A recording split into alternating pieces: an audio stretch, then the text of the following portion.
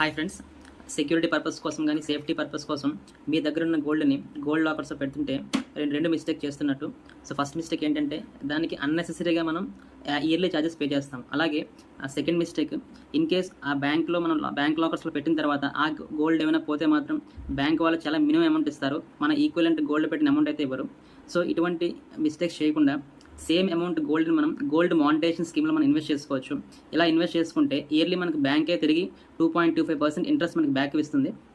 So procedure ఏంటి అంటే, మీ దగ్గర ఉన్న గోల్డ్ జ్యువెలరీ అవ్వచ్చు, లేకపోతే గోల్డ్ బిస్కెట్స్ అవ్వచ్చు, ఆ అమౌంట్ ఆఫ్ గోల్డ్ని 999 ఆర్ 995 ప్యూరిటీకి ఈక్వలెంట్గా ఒక సర్టిఫికేట్ ఇచ్చి ఆ అమౌంట్కి 2.25% ఇంట్రెస్ట్ ఇయర్లీ మనకి ఇస్తుంది. సో ఇందులో మనం 2 రకాలుగా ఇన్వెస్ట్ చేసుకోవచ్చు. ఒకటి లాంగ్ టర్మ్, అలాగే మీడియం టర్మ్. మీడియం టర్మ్ అయితే 5 to 7 years ఇన్వెస్ట్ చేసుకుంటాము.